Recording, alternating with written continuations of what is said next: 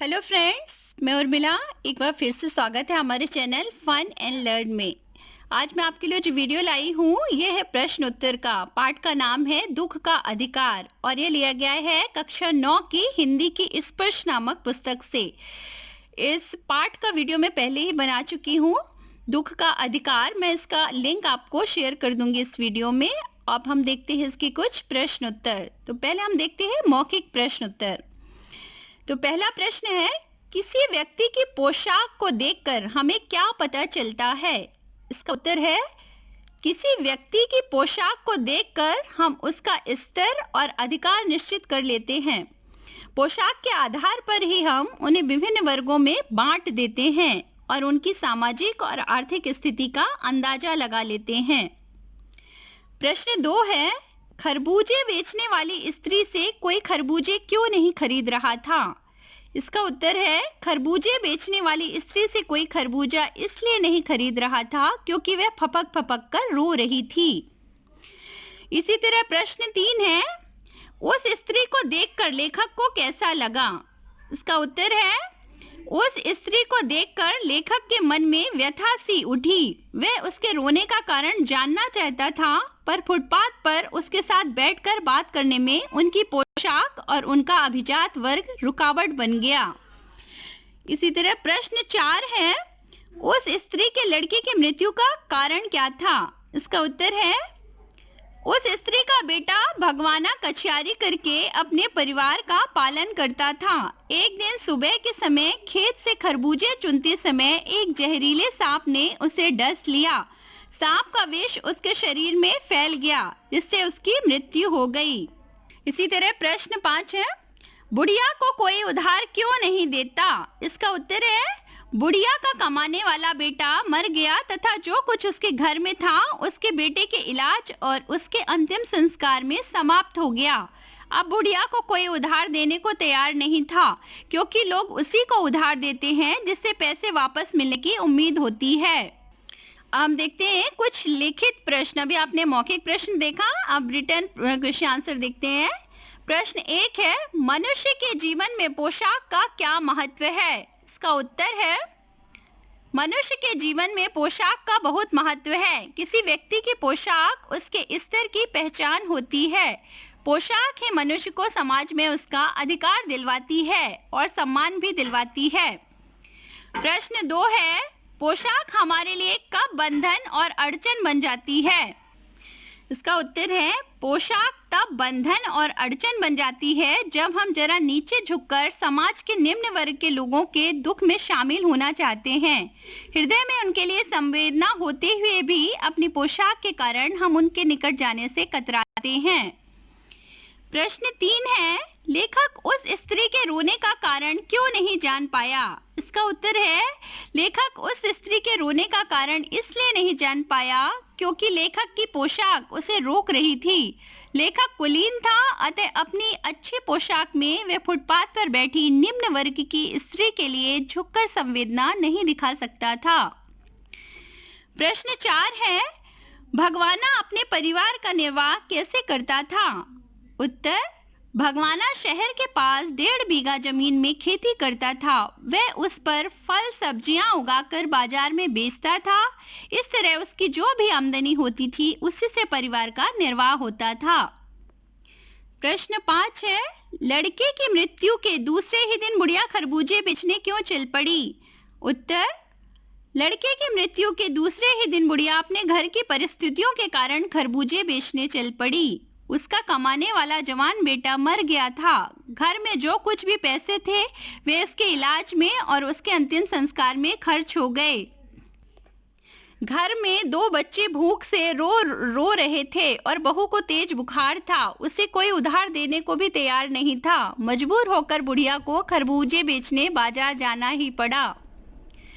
प्रश्न 6, बुढ़िया के दुख को देखकर लेखक को अपने पड़ोस की संभ्रांत महिला की याद क्यों आई?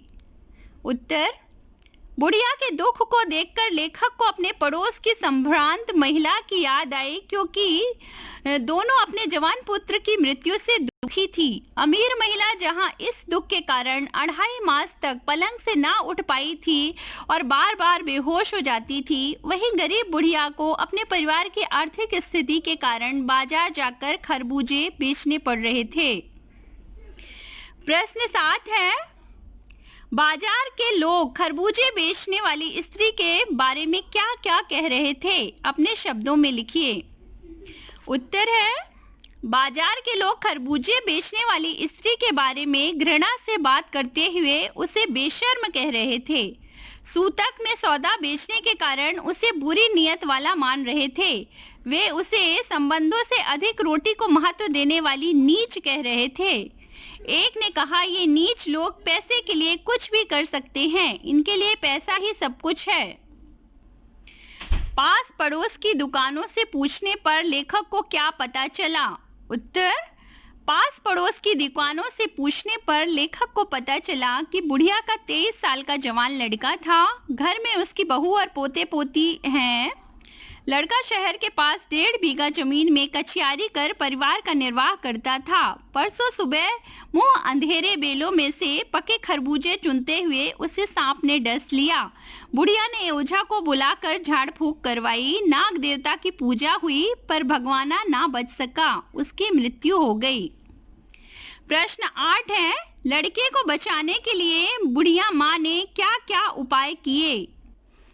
उत्तर है, लड़के को बचाने के लिए बुढ़िया माँ ने हर संभव उपाय किए। वह बावली होकर ओझा को बुला लाई, झाड़ना फूकना किया हुआ, नाग देवता की पूजा हुई, दान दक्षिणा में घर में जो आटा और अनाज था सब दे दिया।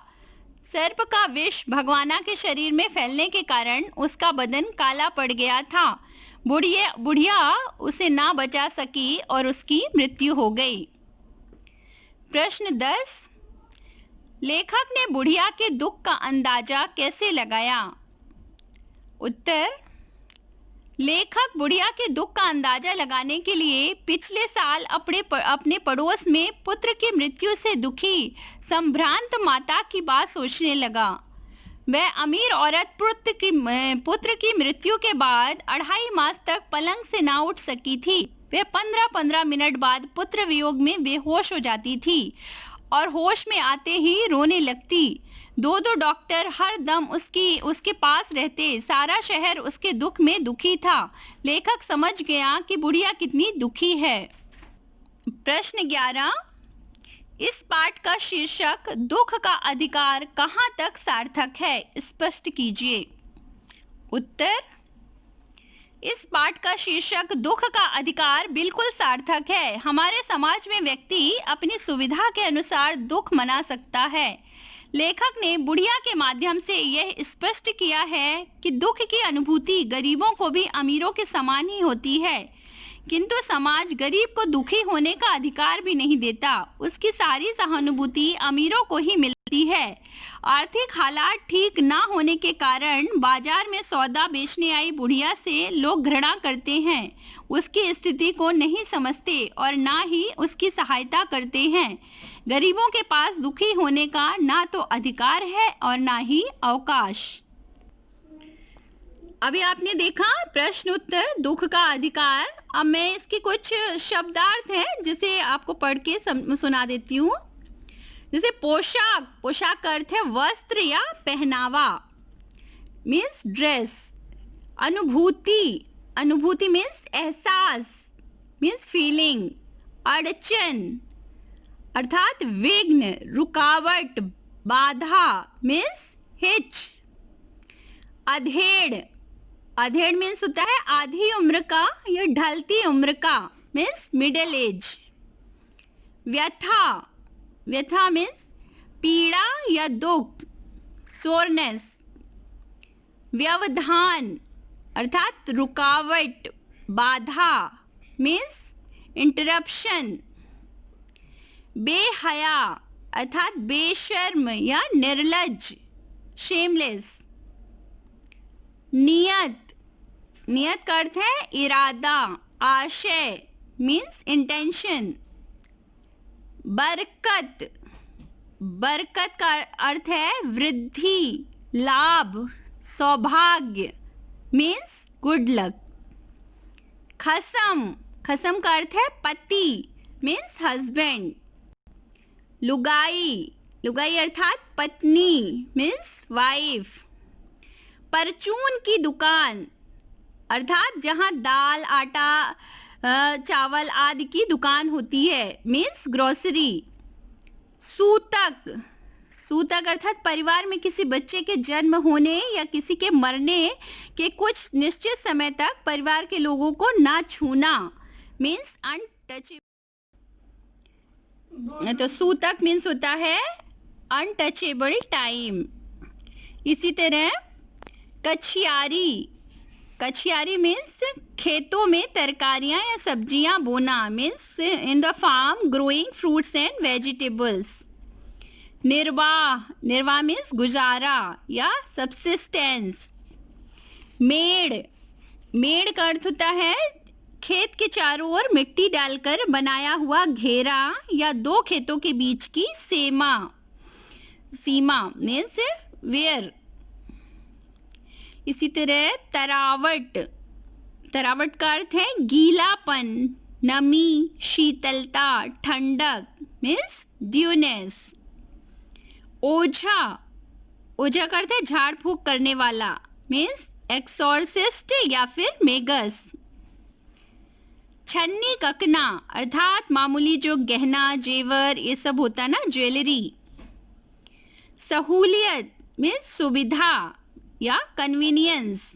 तो ये थे इस पार्ट के प्रश्न उत्तर। अब हम मिलेंगे आपको एक नए वीडियो के साथ। तब तक के लिए अपना ख्याल रखिए। Take care, bye bye.